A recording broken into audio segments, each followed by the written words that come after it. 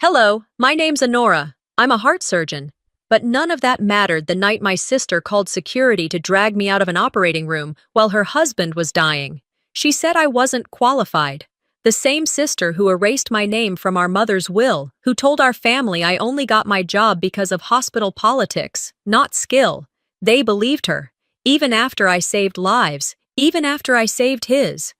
You ever wonder what it's like to be good, really good, at something, and still be invisible in your own family? To stand in the room you were born to lead and be told to sit down, to be asked to prove yourself, not to strangers, but to the people who should have known you best. What would you do if the only way to be heard was to let someone almost die? And worse, what if it wasn't the first time they shut you out? It was still dark outside when I pulled into the hospital parking lot. The rain hadn't stopped since midnight, steady, cold, the kind of drizzle that seeps into your bones. I sat in the driver's seat for a full minute after turning off the engine, watching droplets collect and slide down the windshield, unsure why I felt like I didn't belong here. I was wearing my scrubs. My badge, Chief of Cardiothoracic Surgery, was tucked beneath my coat. Still, my gut told me I'd be seen as something else today, something less. When I walked through the glass doors of Cascade Heart Institute, the receptionist didn't look up. That wasn't unusual. I passed her often during late-night shifts. I headed straight toward the ICU wing, my sneakers quiet against the tile floor. Everything smelled like antiseptic and machine oil. Familiar, grounding. Yet today, it felt like I was walking into a room I wasn't invited to. My phone buzzed in my pocket. A message lit up from the family group chat. "Don't worry, I've got it handled. Vesperine. Handled." Like I hadn't spent 2 decades becoming one of the top cardiac surgeons on the West Coast. Silas was here, my brother-in-law, my sister's husband, the man I used to joke with during Christmas dinners, who once told me I had ice water in my veins, in a good way. Last night, he'd collapsed at home, chest pain, labored breathing. My gut told me it wasn't just anxiety like the last time, but I wasn't called. When I rounded the corner near the ICU, I spotted a nurse I knew, Miriam. We'd worked together on a few late-night cases. She smiled faintly when she saw me. "Dr. Washington, what are you doing here this early?" she asked. I stepped closer. "I just heard about Silas." Her face changed. Sympathy, then confusion. Before she could respond, the elevator behind us dinged. The doors opened. Out stepped Vesperine, in full control, as always, hair flawless, heels clicking like punctuation marks. She had Darian, our older brother, in tow, along with their teenage kids trailing behind. She clocked me instantly. "Oh, Honora," she said, eyebrows raised, lips tight. "You came." Miriam smiled, oblivious. "Your sister's already here, Dr. Washington." Vesperine turned toward her. "Yes, I asked her not to come, but I figured she'd show up anyway." And just like that, my title disappeared. I wasn't a surgeon. I was the baby sister who couldn't take a hint. "We already have a real cardiologist on the case," Vesperine added. "But thank you." Darian didn't say anything, just nodded awkwardly. I didn't flinch. Years of practice taught me how to let insults land without leaving bruises. But inside, something caved. It wasn't the first time this happened. Months ago, during a family Zoom call when Silas first started experiencing chest tightness, we were all brought into the discussion. Or so I thought. The screen was a grid of faces, Vesperine in her sleek home office, Darian looking like he'd just come from court, and me, in scrubs, fresh from surgery, dialing in from the hospital break room. "He's had some discomfort," Vesperine said, "but we've got a few options lined up." I had offered, gently, to review his charts, to consult. I didn't push. That's when Darian chimed in. "I think it's best if Honora doesn't get involved medically. Too much pressure on her and on Silas. We've got it under control." I hadn't said a word after that. Just clicked the red button and left the call. Now, standing in the hallway just a few feet from Silas's room, I felt that same pushback in the air. Invisible walls. I didn't follow them into the room. Instead, I walked past, down to the hospital's cafeteria. It was still early. The place was half empty. The smell of burnt coffee and reheated eggs didn't help my appetite. I sat alone at the corner table. I didn't know why I stayed. I had other patients. I had an office full of files, surgeries lined up, residents to mentor. But something inside me wouldn't let me walk away. Not this time. My fingers wrapped around the coffee cup. My mind wasn't on caffeine. It was on Silas's EKG, the way he described his last episode in a voicemail, the way he'd said, "It felt like a bear sitting on my chest." I knew what that meant. I stood up and walked out of the cafeteria. By the time I returned to the ICU floor, Silas was being wheeled toward a cardiac suite. I stayed back, tucked into the corner. I didn't need to be in the middle to read what was happening. The monitor beeped. Rhythmic, yes, but too slow. Irregular spacing between waves. I knew what that was. I took 2 steps forward. "Excuse me," I started. Vesperine turned, eyes sharp. "Anora, stop. You're not involved in this. Please."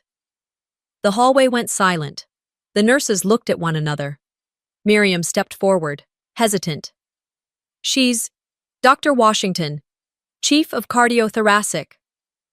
Vesperine didn't blink. "She's family. That's not the same as being part of his medical team." That was it, that moment. The one where I understood. Being right didn't matter. Credentials didn't matter. Experience didn't matter. Because if your own family didn't believe you, the rest of the world never had to. I didn't move, not right away. The air had gone thin, thinner than it should have in a hospital designed for critical care. I could still hear the beep of Silas's monitor around the corner, a rhythm I knew all too well. It was teetering on something dangerous. I leaned slightly, just enough to catch a glimpse. The spacing between the peaks wasn't right. "He's heading toward VTAC," I said to the closest nurse. "You need to prep the crash cart." She turned to me, uncertain. Before I could explain further, the sound of heels, sharp, fast, purposeful, cut through the corridor. I knew that gait. It had preceded almost every undermining moment of my childhood. Vesperine rounded the corner and saw me mid-sentence. Her face snapped into that high-polished PR mask she'd mastered years ago, but her eyes, they were already angry. "Stop right there," she barked. "You are not authorized to touch him." She said it so loudly, it echoed. People stopped walking. A few nurses looked up from their stations.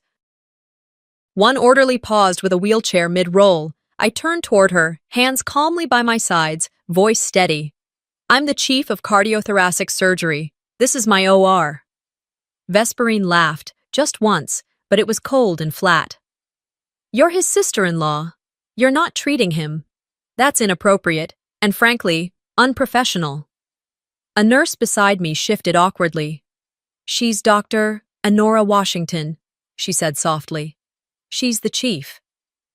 That was the moment Vesperine crossed the invisible line between territorial and outrageous. She turned to the same nurse and said, "Call security. Now." My mouth didn't move, but my pulse spiked. I looked around. 2 doctors from another wing had paused in the hallway. One of them knew me from a previous case. He didn't say a word.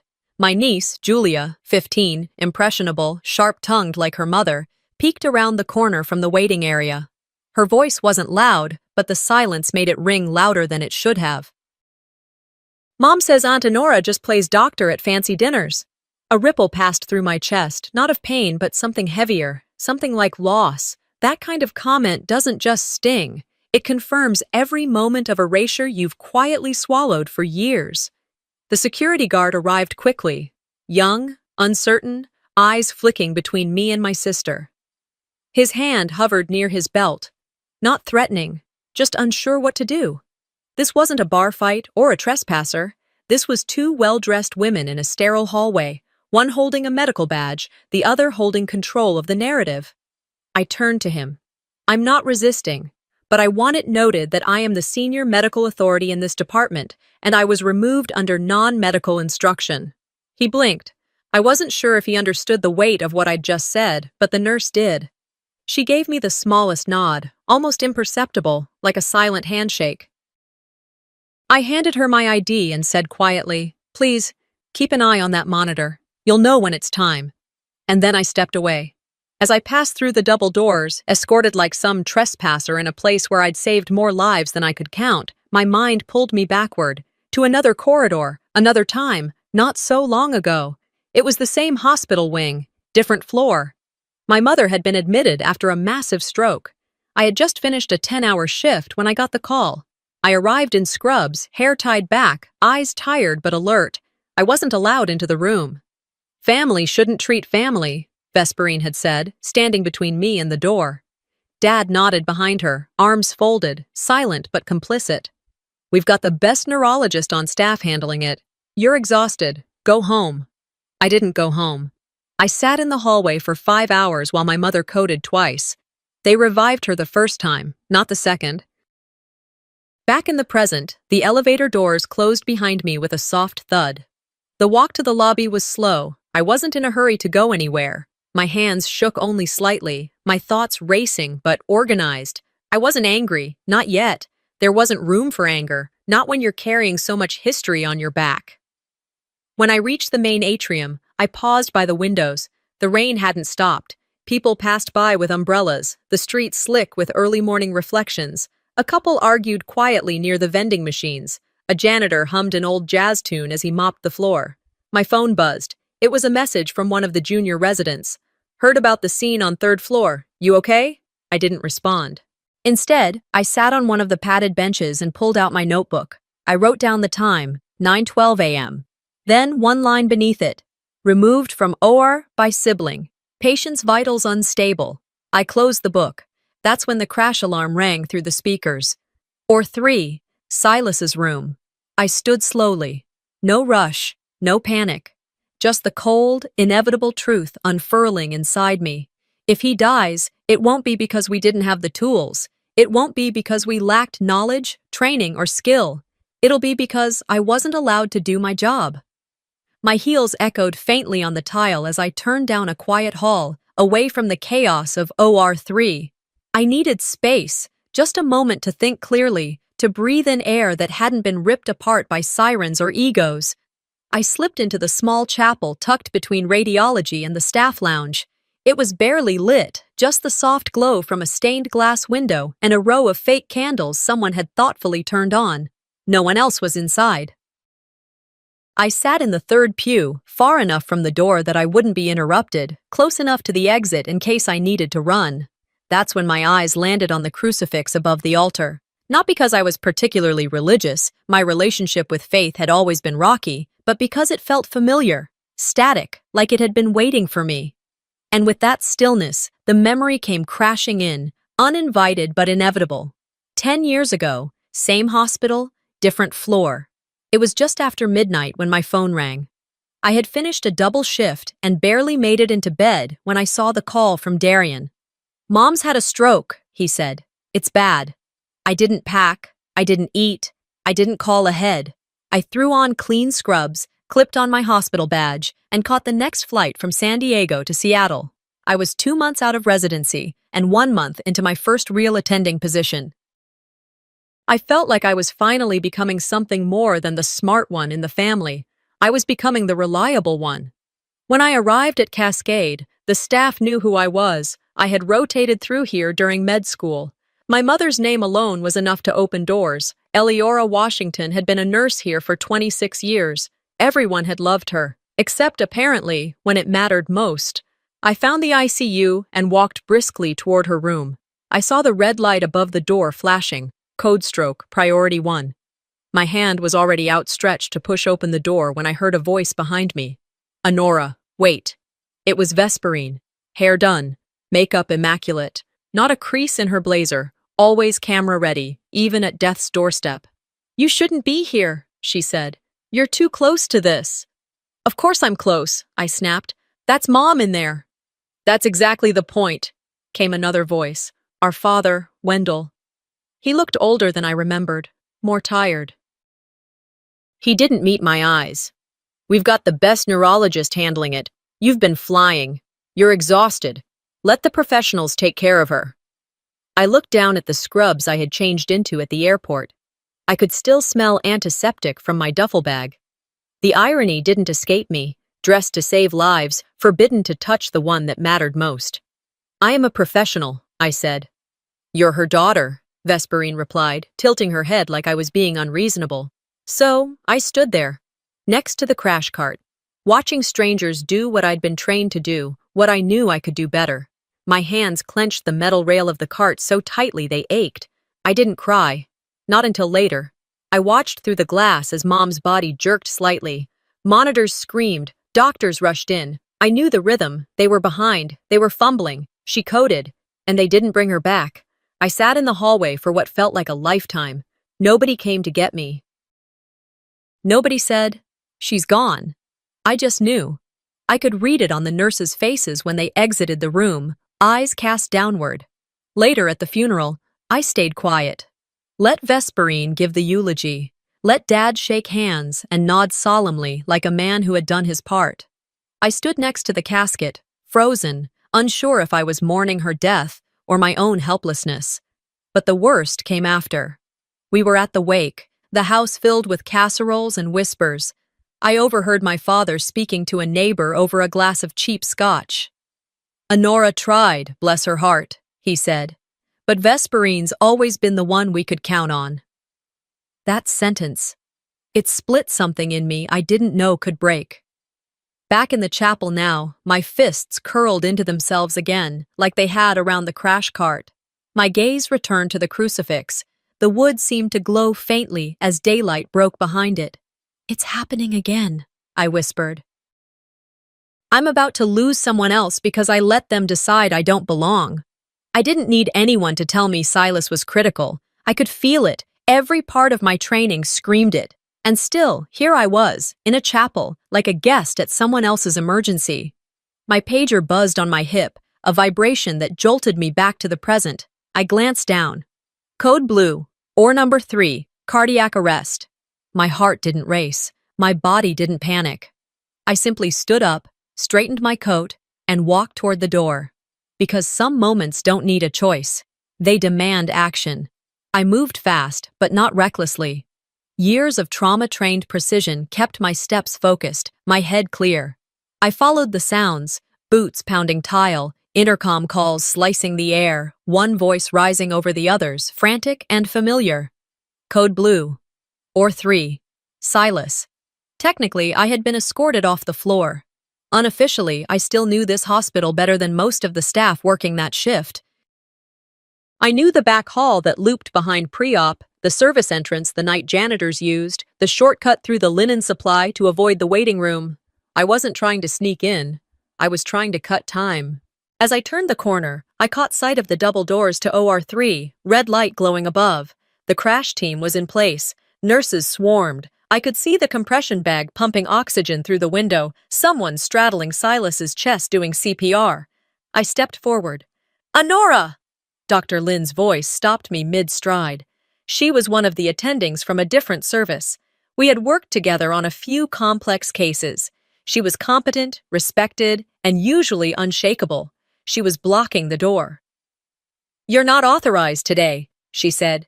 Her tone wasn't cruel, just procedural. "I can't let you inside." I kept my voice low. "I'm not here to claim a case. I'm not here to make a point.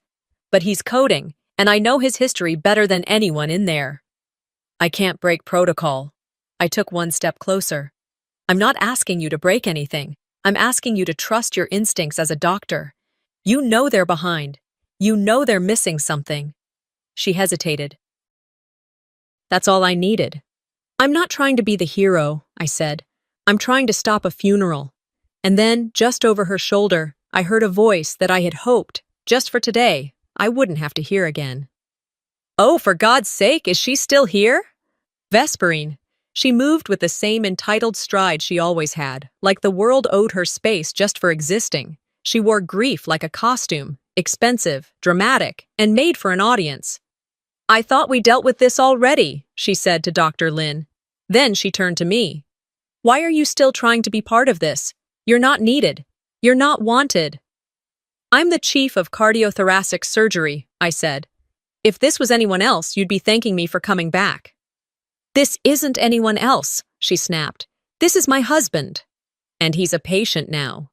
She stepped closer, lowered her voice so only I could hear her. "You never did learn when to walk away." And then, as if some teenage intern wanted to play God, I heard it. Just loud enough to pierce through the chaos. "She's only chief because they needed a black woman for PR," he said. I didn't turn to look at him. I didn't need to. The voice was new, some fresh-faced resident trying to impress Vesperine or whoever he thought mattered in that hallway. He didn't realize the weight of his words, or maybe he did. The heat hit my chest first, not rage, not even sadness. It was the familiar feeling of being swallowed whole by a system that smiled while it buried you. I kept my eyes on Vesperine. She, of course, didn't flinch, not a word of correction, not even a glance. "So this is what you think?" I said. "That everything I've worked for was given to me to fill a diversity quota?" She shrugged, eyes cold.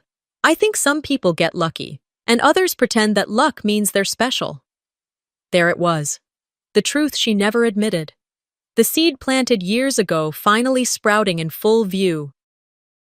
"You want to know why you weren't included?" she asked, stepping even closer. "Because you always make things about you. This isn't about your credentials. This is about Silas. You're not good enough for this.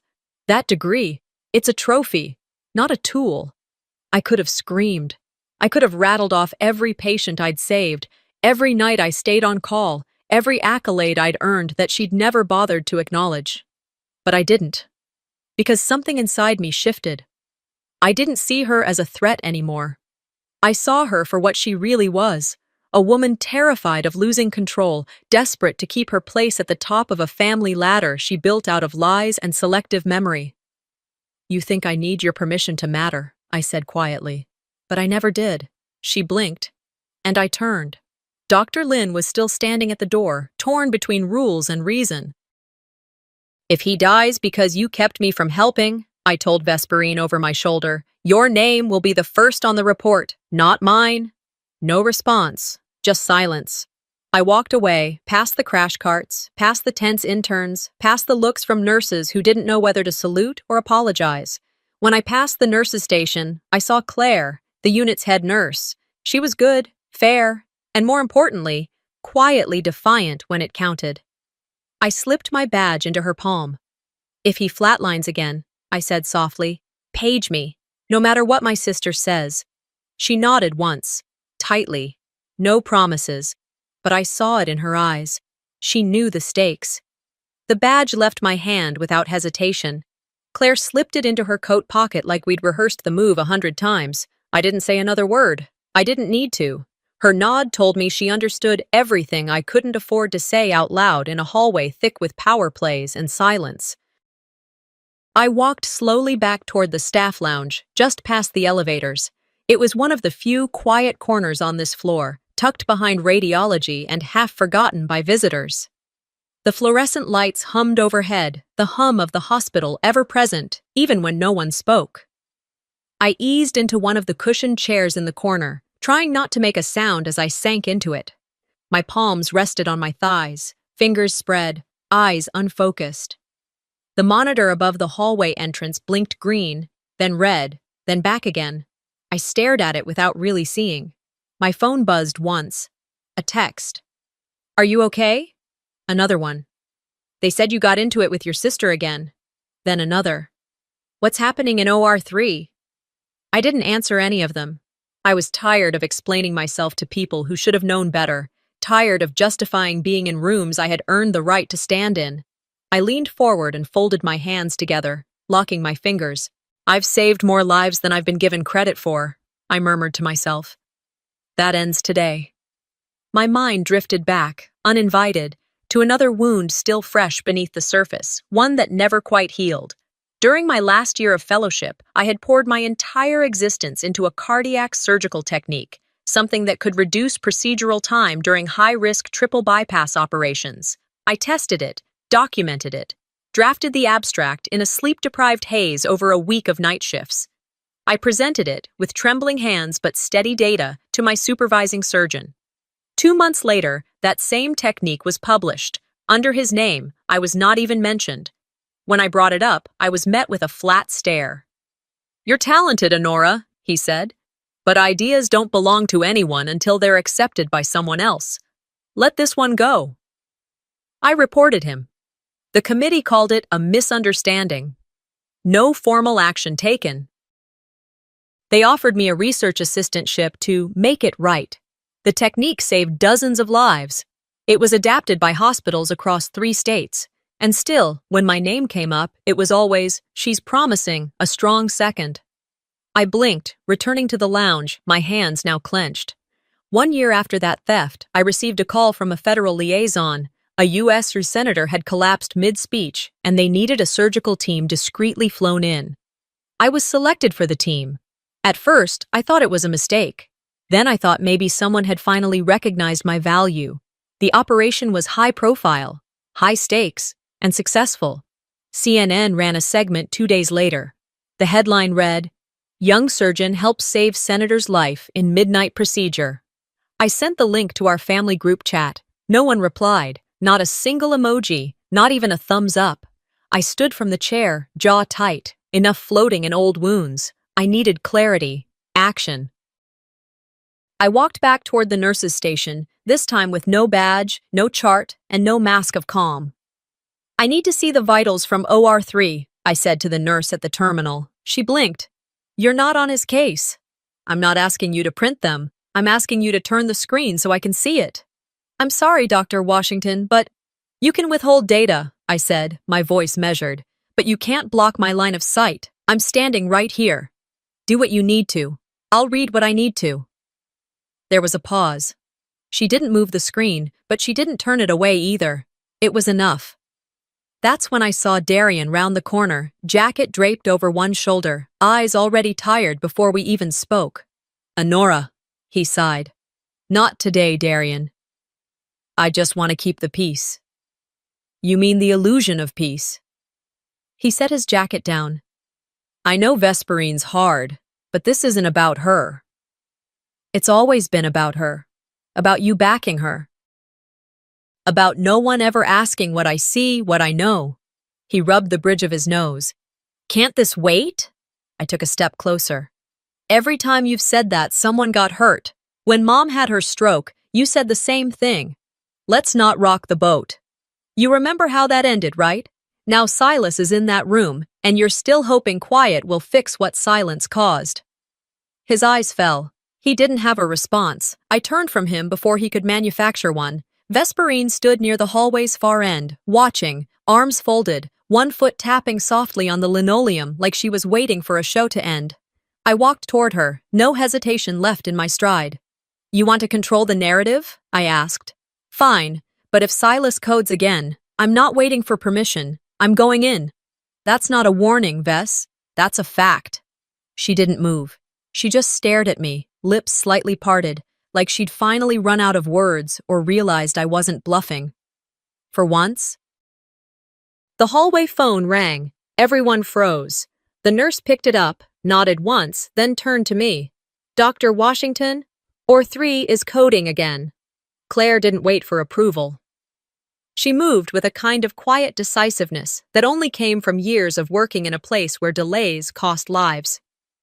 With one swift motion, she swiped her keycard and nudged the OR doors open just wide enough for me to slide in. No words passed between us. There wasn't time for them. Inside, it was chaos, a kind of organized desperation every trauma-trained surgeon knows intimately. One nurse was squeezing the ambu bag like her own breath depended on it, while another was cycling through epinephrine doses at intervals that already told me they'd misread the rhythm. The attending, someone I vaguely remembered from a conference in Vancouver, stood at the head of the table, barking orders in a voice that was just one octave short of panic. No one noticed me at first. I moved to the side, grabbed a pair of sterile gloves from the dispenser, and pulled them on with practiced precision. I reached for the surgical mask hanging around my neck, then adjusted my scrub cap. There was no drama in my entrance. Just control. Just purpose. "Who are you to step in?" the attending snapped, finally clocking me near the medication tray. I didn't answer. Instead, I reached into my left breast pocket, pulled out my hospital ID badge, and held it up, not at eye level, but above it, where the room would have no choice but to look. Gold trim, raised lettering. Dr. Honora E. Washington, Chief of Cardiothoracic Surgery. The room stopped. The attending blinked, recognition flooding his expression like someone had slapped sense into him. One of the residents, the same one who had whispered that PR line outside, turned pale. "You're the chief?" the attending asked, voice flat. I nodded once. "Yes, now hand me the scalpel." And just like that, the room reset. Someone moved aside. Someone else passed me the tray. I didn't look for their names, didn't wait for permission. I stepped in, eyes on the monitor, hands in motion. "Charge to 200, I said. "Push another 1 millilaniam epi.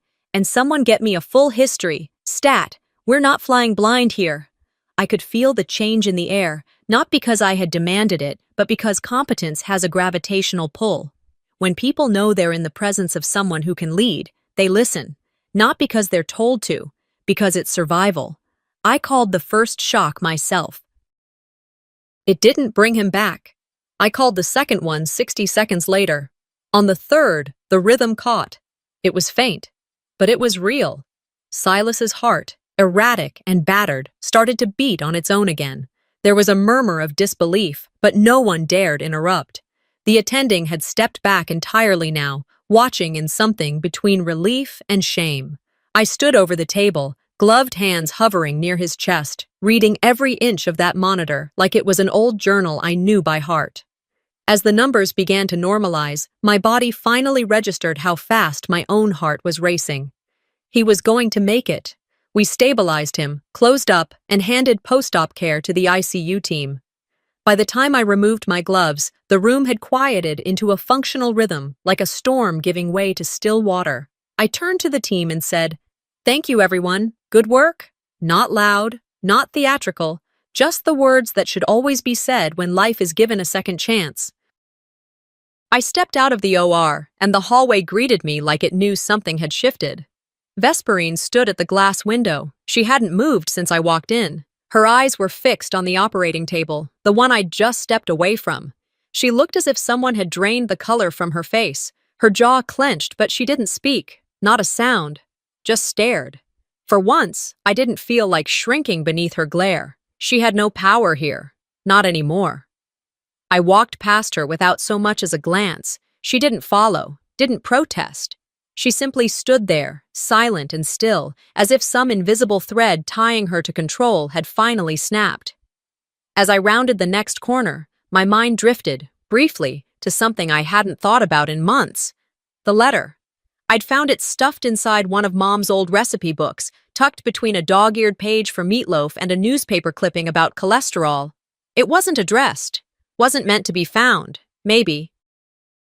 But the handwriting was unmistakable. It read, "Don't let them tell you who you are. They'll try. They always will. You were born to heal. You carry the hands of your grandfather and the fire of your grandmother. You're the last hope of this family. It's heart." My breath had caught when I read it the first time. Now, in the hallway, walking back toward the lounge, I felt its weight all over again. She had seen me.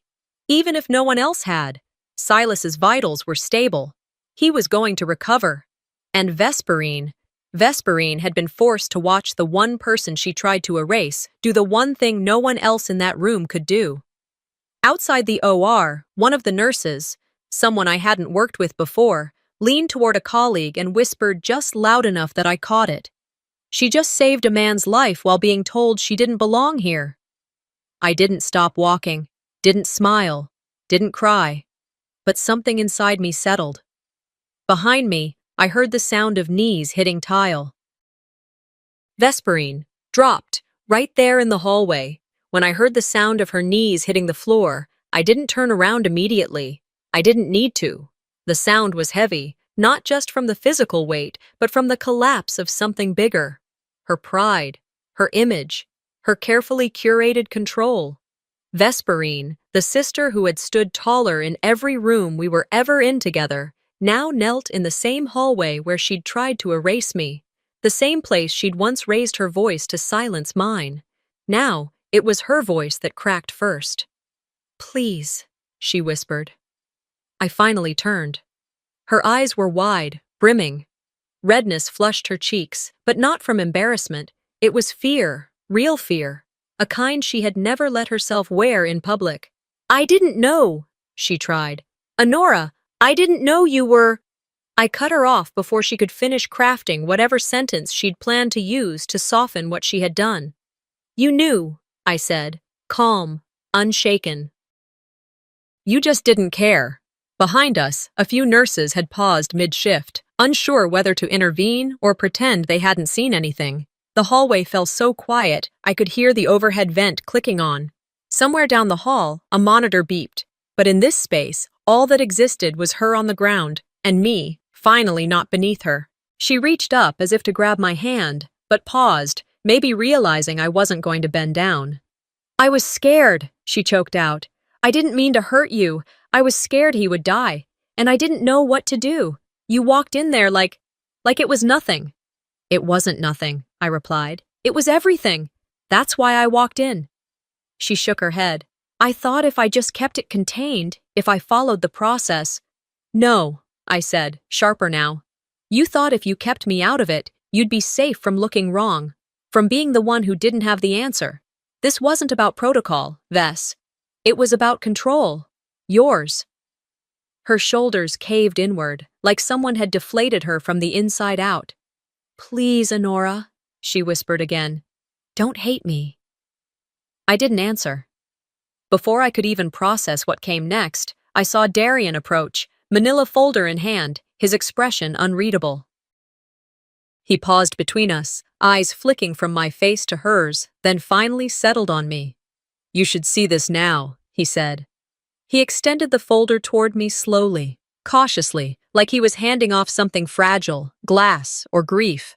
I took it without a word and opened it. Inside, there were 3 sheets. The last will and testament of our mother. The final version. My name wasn't there. Nowhere. Not even in the footnotes. The medical directive, assigned to Vesperine. The financial executor. Also her. And beneath it all, a digital signature. Neat. Cold. Sterile. It was like I had never existed. My chest didn't heave. My knees didn't buckle. I just stood there, reading it twice. Then once more, slowly, just to be sure I wasn't missing something. I wasn't. I remembered the earlier version, the one I'd seen 6 months before our mother passed. Her handwriting had been messy, but warm. She had circled my name beside medical power of attorney in pencil first, then traced over it in pen. She'd even written in the margins, "Honora understands my body, my heart. She will know what to do."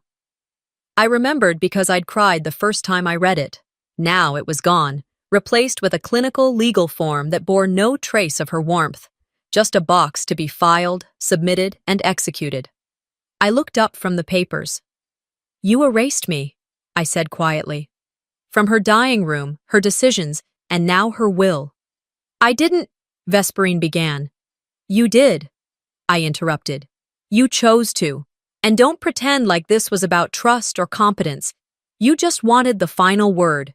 You wanted the last image of her to be you at her side. Not me." She stared, eyes watering, chin trembling. "I was trying to keep it simple." "No," I said. "You were trying to keep it yours." She tried to speak again, but I raised my hand. "I stood outside that ICU door while she died. I honored your boundary. I swallowed my instinct, and still, it wasn't enough. You couldn't just let her have one final decision that didn't include you in control. Now the hallway felt too full. I needed out." I turned to walk away, folder still in hand. Vesperine reached for me, grabbing the edge of my coat. "Please," she whispered again. "I didn't mean to ruin everything." I stopped, staring down at her hand on my arm. "You wanted me gone," I said. "Don't reach for me now that the light's on you." She released her grip. I didn't wait. I kept walking, slow, even steps toward the end of the hall. Each footfall felt like it belonged to someone else. A woman not built from permission, but from defiance. Someone who no longer needed to explain herself. Behind me, I heard Vesperine collapse again, not just her knees this time, but all of her. The sound of sobs, too raw to be calculated, followed me until I reached the corner. I didn't turn back. I didn't flinch. A voice whispered from the side, Claire again, I think, the nurse who had let me in earlier. That's what dignity looks like. I didn't smile, but I did keep walking. The hallway was still ringing with Claire's words as I turned the corner and walked back toward the recovery wing. The clock on the wall read 5:42 p.m. Outside, the sky was giving way to a hazy Seattle sunset, orange bleeding into gray as it settled beyond the distant Olympic Mountains. The weight of the entire day sat heavy on my shoulders, but my steps were steady. I passed through the post-op doors quietly. The recovery room was dimly lit, filled with the slow beeping of machines, the occasional hiss of oxygen, and the low murmur of nurses changing shifts. I didn't have to ask where Silas was. His was the only room with 2 nurses posted right outside and a cardiac consult note already clipped to the door. I paused for a second, collected myself, then pushed it open. Silas was lying in the hospital bed, IV lines taped neatly to his arms, monitors surrounding him in a half circle like a protective barrier. His eyes were closed. I took a slow breath, preparing myself for the usual post-op protocols when I saw his eyelids flutter, then open, and then land directly on me. "Honora?" he rasped. It wasn't a question, really, more a statement made with disbelief and gratitude laced in every syllable. "I'm here," I said softly, stepping closer. "You're okay." He blinked slowly, as if trying to process the fact that he was awake and alive. His gaze scanned the ceiling, then settled back on my face. The corner of his mouth twitched. "I remember. I was fading. And then I heard your voice," he whispered. His throat must have felt like sandpaper, but he forced the words out anyway. "I couldn't move. But I knew. I knew it was you. You saved me. Not her. You." He didn't have to say her name. We both knew who he meant. I pulled up the chair beside his bed and sat. I didn't speak right away. The silence felt fuller than any words could. Silas's hand moved slightly toward mine. I reached out, took it gently. It was warm, grounded. This was the moment I'd waited for all day. Not for validation, not even for the win, but for clarity.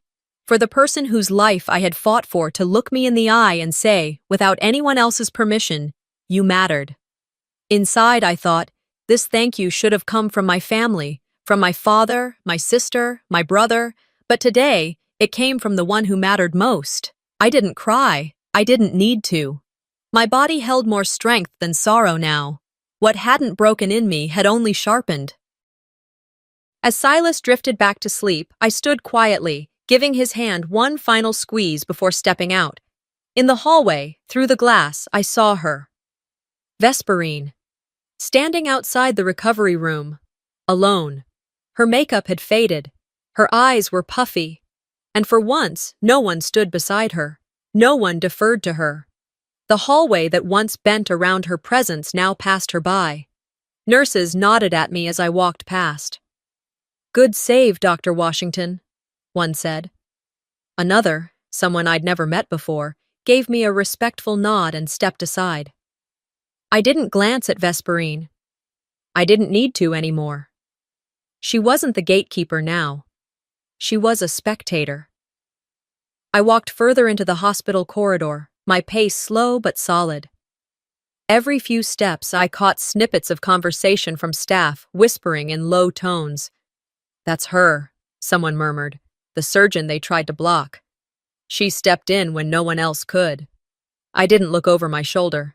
I didn't smile. But inside, I allowed the truth to settle where it belonged, not as vengeance, as acknowledgement. Minutes later, as I approached the physician wing, Darian was waiting by the elevators. He looked exhausted, physically, emotionally, spiritually. His suit was wrinkled, tie loosened, and he was holding his phone like it was both a burden and a shield. "I heard what happened," he said quietly. I didn't respond. "I didn't know it would go this far," he added. I finally looked at him, not with anger, not even disappointment, just the kind of clarity that comes from watching someone show you who they really are over and over again. "That's the problem," I said. "You never thought I would go far." He opened his mouth, then closed it again. I didn't wait. Back in my office, the sun had dipped below the skyline, casting long shadows across the room. I locked the door behind me, walked to the desk, and opened the top drawer. There, nestled between a few loose paper clips and a forgotten pen, was the photograph. Me and Mom, both of us in white coats. She had her arm around my shoulder, pride lighting up her face in a way that cameras couldn't fake. She had tucked a small post-it into the frame months before she passed. Faded now, the ink barely legible. Be the doctor they say you can't be. I stared at it for a while, then reached into the drawer and took out a pen. On the back of the photo, I wrote a single word. Done. Then I set it upright on my desk where it belonged. My phone buzzed. Emergency consult. Cardiology. No rest today. I stood up, buttoned my coat, checked my pager, and grabbed my stethoscope from the hook. As I reached the door, I paused. I saved him because I said I would, I whispered to no one. And I wasn't done yet. 2 weeks passed. Just enough time for everything to look normal again on the outside. The hospital ran its usual rhythms: early rounds, shift reports, coffee runs, hurried consults, patients were admitted, surgeries were scheduled. The same linoleum floors were buffed to the same shine that made it feel like nothing had ever happened, but everything had. The hospital's HR department scheduled Vesperine's hearing for the following Monday. It was clinical, procedural, by the book. I didn't attend. I didn't need to. The video footage had already done the talking. A hallway camera had caught the full exchange outside OR3, her yelling for security, my badge visible, the staff hesitating. Then the nurses' written statements filled in the rest. Claire's testimony was brief but clear. Her final sentence said it all. Dr. Washington did what needed to be done. We trusted her, and she saved him. The hospital barred Vesperine from any further involvement in patient care decisions. Her access to medical meetings was revoked. Her consulting agreement with the hospital's PR department was quietly dissolved. No press release. No internal memo. Just deletion. Around the same time, her PR firm's website updated. Her profile was gone. A week after the hearing, Silas visited me. He walked slowly, cautiously, favoring one leg just slightly. But his color had returned, and there was clarity in his eyes I hadn't seen in a long time. He knocked once before opening the office door. I was told you'd probably say no to visitors, he said with a soft smile, so I figured I'd take my chances. I stood and motioned for him to come in. He held a small box in his hand. This is for you, he said, handing it to me. Inside was a silver pen engraved with my initials and the date of his surgery. It was simple, elegant. I owe you my life, he said, not just for the surgery, but for doing it after what she did, after how they treated you. I closed the box carefully and placed it on the desk. I did it because he needed me, not for applause. I know, he said. That's why it meant more. We hugged. Brief, real. Then he left, and I sat for a moment, holding the silence like something sacred. Later that evening, I checked my phone and saw a message from Darian. It was long, too long, full of phrases like, I didn't realize, and I thought you were okay with it, and we all just wanted peace. There was a link to an article about sibling dynamics, an embedded quote about birth order, and even a vague reference to therapy.